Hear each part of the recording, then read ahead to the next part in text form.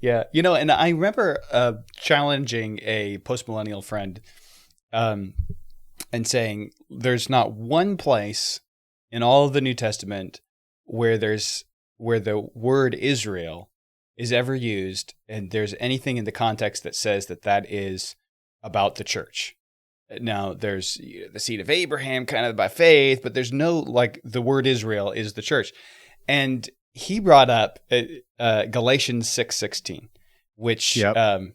as many as walk according to this rule, peace be on them and mercy upon the Israel of God, like the true hmm Israel. That's what he said.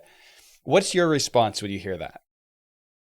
You know, it's so interesting because if you did not, okay, let's put it this way. If you just put this verse in front of somebody and you said, and you just gave them this information, you said, okay, just so you know, Paul is writing to the churches of Galatia. You get that from Galatians 1.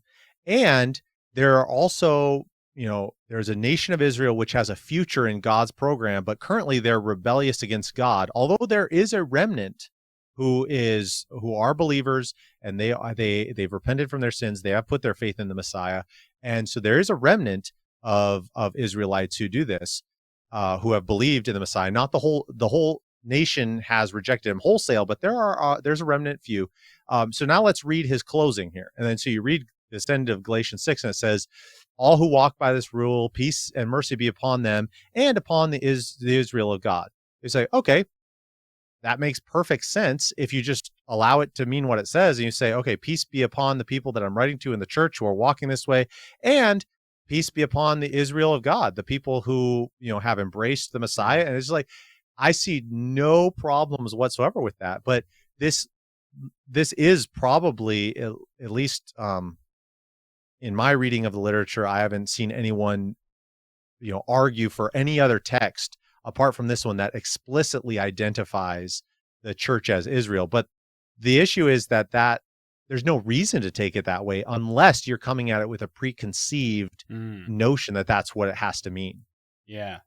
In fact, I think I have Logos here. I wonder if there's actually, let's see, peace be upon them and upon. Okay, so like the Christian Standard Version is interesting because they actually translate it a little differently.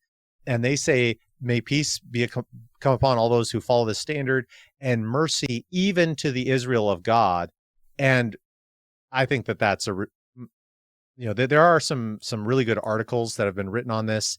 But I think that is a huge stretch for a translation. It is true that sometimes the conjunction kai can be translated as even, but what you're doing in doing that is you're basically saying, okay, the church, he's using it as as basically a renaming or an apposition, saying, peace be upon them, comma, and by them I mean the Israel of God.